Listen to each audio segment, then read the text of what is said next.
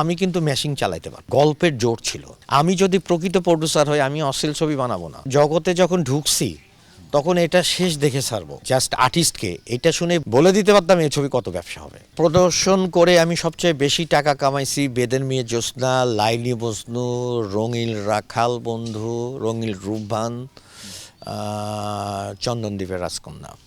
এই কটা ছবিতে আমি, হ্যাঁ, এই কটা ছবিতে এমন হয়েছে রাত্রে, এটার একটা ঘটনা আছে, এই ঘটনা শুনলে আপনারা অবাক হয়ে যাবেন। আমার কথা যে জগতে যখন ঢুকছি তখন এটা শেষ দেখে ছাড়বো। তা আমি কিন্তু মেশিন চালাইতে পারতাম। তা এই কটা ছবিতে আপনি ভাবতে পারবেন না, রাত 12টার পরও দর্শক দেখি আমার হলের সামনে ছবি না দেখে যাবে না, বাইরের থেকে গরুর গাড়ি করে আসছে। তা আমি রাত 12টার পরে, আমার অপারেটর মেশিন চালাতে পারে না, আমি নিজে মেশিন চালাইছি, অপারেটর মানে সিনেমা চালাইছি, এবং আমার বন্ধুবান্ধব এবং লোকজন কাউকে কাউন্টারে বসাইছি, আবার কোনো গেটম্যান বলছে স্যার ঠিক আছে আমি থাকবো, তাদের রেখে দর্শকের চাপে আমি নিজে সিনেমা হলের মেশিন চালায় ছবি চালাইছি। বেদের মেয়ে জ্যোৎস্না, রঙিল রাখাল বন্ধু, রঙিল রূপবান, তখন গ্রামের লাইলি মজনু, তখন গ্রামে প্রচুর দর্শক ছিল। মানে তখনকার দিনের আসলে ভাবতেই অবাক লাগে, তখন যে সিনেমা দেখার উপরে মানুষের এত ঝোঁক ছিল এবং এত পরিমাণে সিনেমা মানুষ দেখতো, এটা মানে কল্পনা। এখন তো যারা আছে এটা তো কোনো কিছুই বুঝবে না।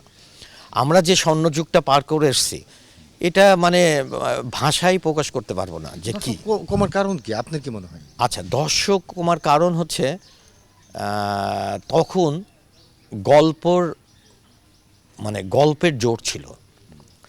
ভালো গল্প হলে পারে আমরা কিন্তু তখন সিনেমা হলের মানে ডিরেক্টরের নাম এবং জাস্ট আর্টিস্টকে এটা শুনে বলে দিতে পারতাম কতটুকু এক্সপেরিমেন্ট হয়েছিল, বলে দিতে পারতাম এই ছবি কত ব্যবসা হবে।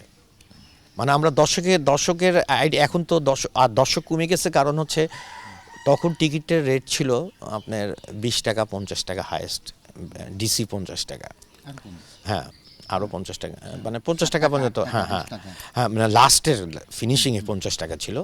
আর তার আগে ছিল 8 টাকা 10 টাকা 15 টাকা পর্যন্ত হাইয়েস্ট। তো এই টাকাটা মানে এই টাকাটা কিছু না, সাধারণ মানুষের জন্য কিছু না।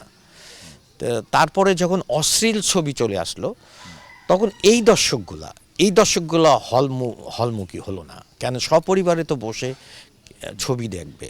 আপনি কি আপনার ছেলের সাথে করে অশ্লীল ছবি দেখবেন না। আমি যদি প্রকৃত প্রডিউসার হই আমি অশ্লীল ছবি বানাবো না। কি জন্য বানাবো না? আমারও এক সন্তান আছে, আমারও পরিবার আছে।